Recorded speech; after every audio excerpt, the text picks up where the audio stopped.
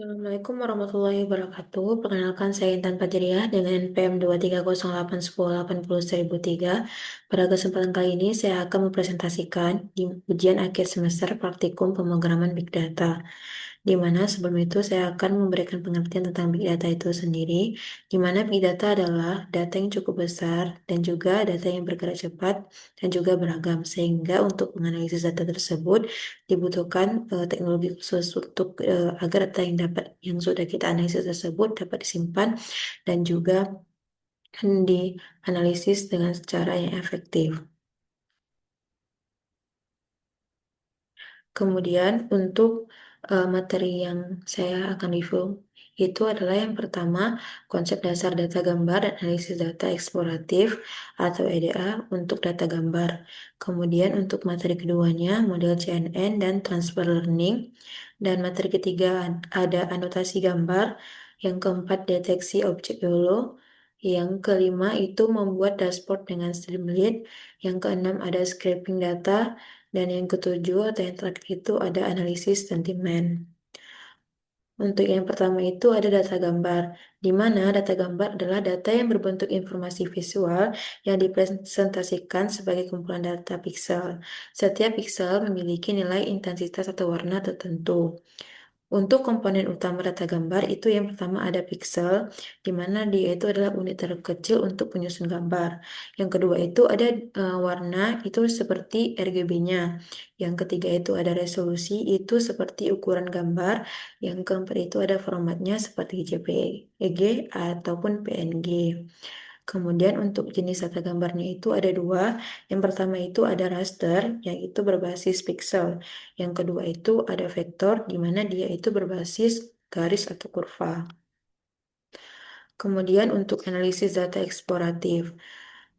Eksplorasi data analisis itu adalah proses awal untuk memahami kualitas, pola, dan struktur data gambar sebelum pemodelan. Kemudian, eh, proses ini itu membantu mendeteksi masalah seperti gambarnya buram, terus ukuran tidak konsisten, kemudian serta variasi warna dan intensitas piksel.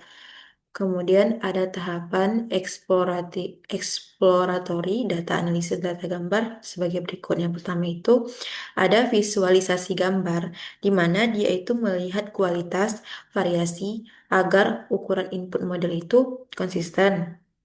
Kemudian analisis ukuran gambar, yaitu mengecek di dimensi ukuran gambar. Kemudian yang ketiga itu ada histogram, di mana dia itu melihat sebaran terang atau gelapnya.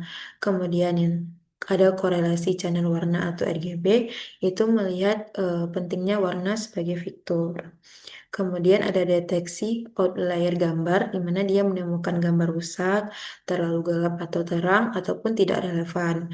Kemudian yang terakhir itu ada augmentasi eksploratif, di mana dia itu ada cek rotasi, ataupun flip, ataupun resize, apakah gambar tetap bermakna, dan juga tambah variasi. Selanjutnya itu ada materi tentang model CNN dan transfer learning, di mana CNN itu tersendiri atau Convolutional Neural Network. CNN adalah model deep learning untuk mengolah gambar dengan mengekstraksi fitur penting melalui lapisan convolution, polling, batch normalization, flatten, dan dense. Itu model CNN ini dibantu oleh callback seperti early stopping dan model checkpoint. Itu yang bertujuan agar proses training lebih stabil, berhenti saat tidak membaik dan menyimpan hasil terbaik. Kemudian ada transfer learning, di mana itu adalah teknik di model CNN yang memanfaatkan model itu yang sudah dilatih pada dataset besar. Kemudian dia disesuaikan untuk tugas baru dengan menambahkan atau mengubah lapisan akhirnya.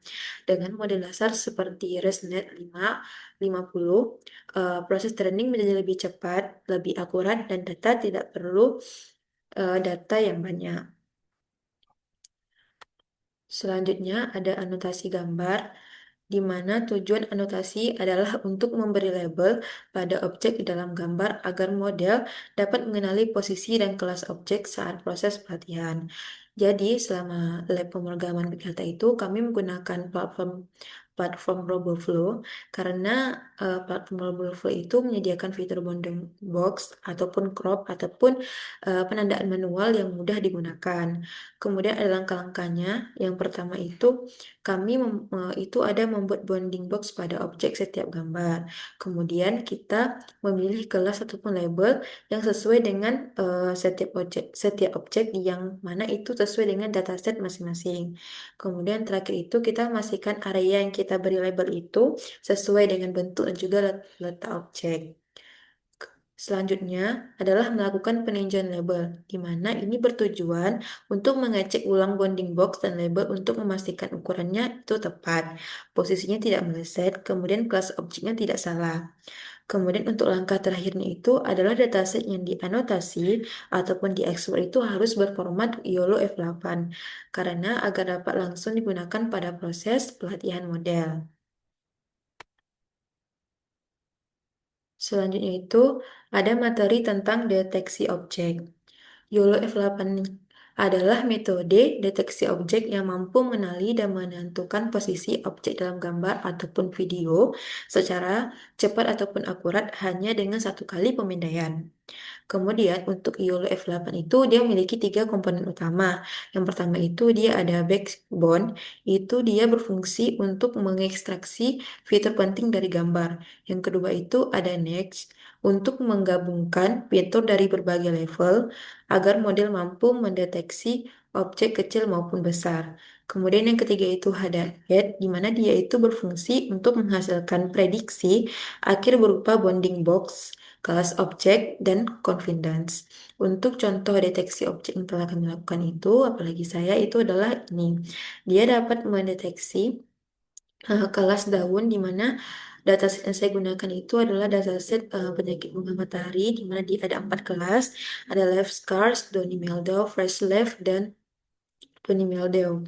Jadi untuk ininya deteksi objeknya di sini dapatkan bahwasannya untuk daun ini dinamakan itu atau dilabeli dia masuk ke kelas Life Scar di mana dengan skornya itu atau akurasinya itu sebesar 0,77. Selanjutnya itu membuat dashboard dengan Streamlit, di mana kami menggunakan platform GitHub untuk menyimpan, mengelola, dan juga membagikan kode program secara online. GitHub digunakan untuk menyimpan file proyek seperti Python, Streamlit, dataset, script, dan lain sebagainya. Itu bertujuan agar aman, juga mudah diakses, dan juga bisa dikerjakan bersama orang lain. Kemudian untuk ininya ada Streamlit, di mana dia itu adalah sebuah framework atau Python yang digunakan untuk membuat aplikasi web ataupun dashboard interaktif dengan cara yang sangat mudah dan cepat. Adapun untuk komponen Streamlit itu sendiri ada ST Sidebar Radio, di mana dia berfungsi untuk memilih mode YOLO F8 ataupun klasifikasi dan juga sumber gambar. Kemudian ada ST Title, ST Editor untuk itu berfungsi untuk menampilkan judul dan deskripsi dashboard. Selanjutnya ada ST Expander, ST Markdown itu berfungsi untuk menampilkan penjelasan mode. Selanjutnya ada ST File Uploader untuk mengunggah gambar, ST Image untuk menampilkan gambar input dan hasil deteksi, ST Info atau ST Success ataupun ST Error itu berfungsi untuk memberikan pesan informasi, sukses dan error. Kemudian untuk yang terakhir itu ada ST Markdown dengan CSS inline untuk mengubah warna background, itu digunakan sintaks seperti hashtag EOF7FA. Selanjutnya ada scraping data. Nah, scraping data itu sendiri adalah metode pengambilan informasi dari halaman web dengan cara membaca struktur situs dan menyalin data yang diperlukan secara otomatis. Proses ini biasanya dilakukan dengan bantuan program khusus yang dapat mengakses, mengambil, serta menyusun data dari website agar bisa digunakan kembali untuk kebutuhan analisis, penelitian, maupun pembuatan laporan. Tujuan scraping data itu adalah untuk mengambil informasi dari website secara otomatis agar data tersebut dapat dikumpulkan, disimpan, dan juga diolah dengan lebih cepat dan efisien. Kemudian untuk tekniknya itu kami digunakan ketika data tidak tersedia dalam bentuk unduhan langsung, sehingga informasi yang hanya tampil di halaman web dapat dimanfaatkan untuk analisis atau penelitian. Kemudian untuk cara kerja scraping data ini, yang pertama itu adalah mengirim permintaan ke situs yang ingin diambil datanya. Contohnya Telegram. Selanjutnya mengambil tampilan HTML dari halaman tersebut. Ketiga, menentukan bagian data yang dibutuhkan, seperti judul, harga, link, ataupun gambar. Selanjutnya, mengambil data tersebut menggunakan Beautiful Shop atau Pandas atau Red HTML.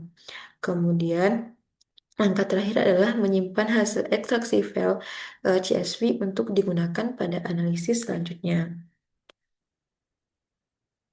Selanjutnya, untuk materinya itu ada analisis sentimen, di mana analisis sentimen itu adalah proses untuk mengidentifikasi, mengelompokkan, dan memahami emosi atau opini seseorang dari sebuah teks. Emosi tersebut bisa berupa yang positif, negatif, netral. Nah, kalau misalnya positif itu kayak dia senang, puas, setuju. Negatif itu ada marah, kecewa, tidak suka. Kemudian untuk netral, dia itu tidak memihak atau biasa saja, tidak marah, tidak senang, tidak yang ke positif, tidak yang ke negatif. Nah, analisis sentimen ini biasanya digunakan untuk membaca opini konsumen, komentar sosial media, ulasan produk, tweet, dan juga berita. Kemudian ada pre-processingnya, itu ada beberapa tahap. Seperti itu dia membersihkan teks sebelum dianalisis. Yang kedua itu ada case folding, di mana berfungsi untuk mengubah huruf menjadi lowercase. Yang ketiga itu ada tokenizing untuk memecah kalimat menjadi kata. Yang keempat itu ada stop word removal untuk menghapus kata yang tidak penting. Yang terakhir itu ada stemming untuk mengubah kata ke bentuk dasar. Untuk model klasifikasi di analisis sentimen ini yang kami gunakan itu ada tiga, yaitu logistic regression. Yang kedua itu ada XGBoost. Kemudian yang terakhir ada random forest.